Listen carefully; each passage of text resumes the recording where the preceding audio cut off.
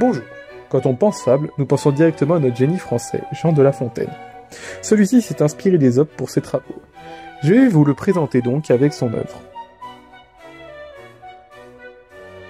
La vie d'Ésope est peu connue.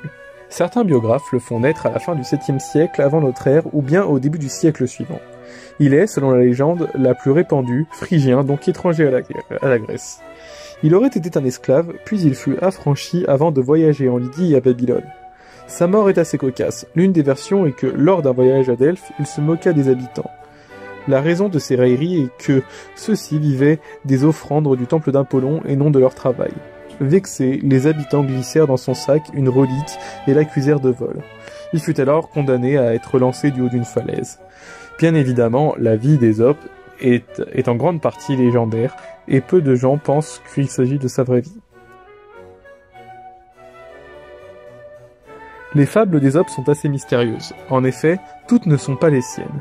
Ésope s'est tout d'abord inspiré de la tradition orale pour écrire ses fables, et ensuite, de nombreux auteurs ont publié plus tard de longs recueils de fables sous le nom d'Ésope, bien que ce ne soit pas lui qui les ait écrits. On retrouve par exemple des personnages comme Diogène le Cynique, vivant 2 siècles après Ésope. Ceci montre bien que ce ne sont pas des fables forcément authentiques. Certaines fables furent même écrites au Moyen-Âge sous l'Empire byzantin.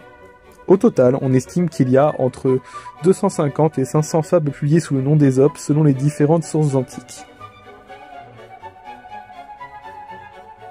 J'aimerais donc vous lire 2 fables d'Ésope pour que vous en saisissiez le style. Je commence par le jardinier et le chien. Un jardinier descendit au fond d'un puits pour délivrer son chien qui était tombé dedans.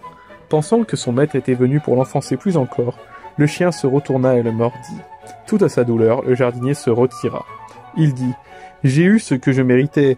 Qu'ai-je voulu tirer du pétrin celui qui s'y est mis lui-même » Voici maintenant la suivante, intitulée « La jeune génisse et le bœuf ».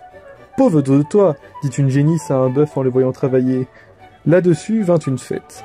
On dételle le bœuf, on prend la génisse pour l'égorger. Et le bœuf sourit. « Voilà, génisse, pourquoi tu chômais? On te destinait au sacrifice.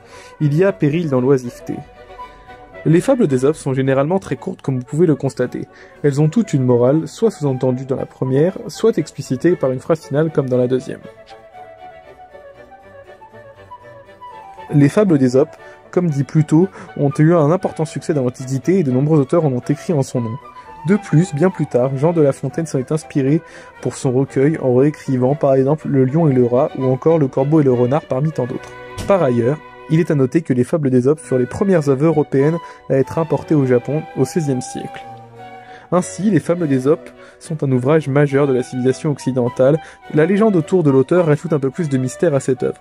Comme le disait La Fontaine, Ésope devait être ajouté à la liste des 7 sages de la Grèce.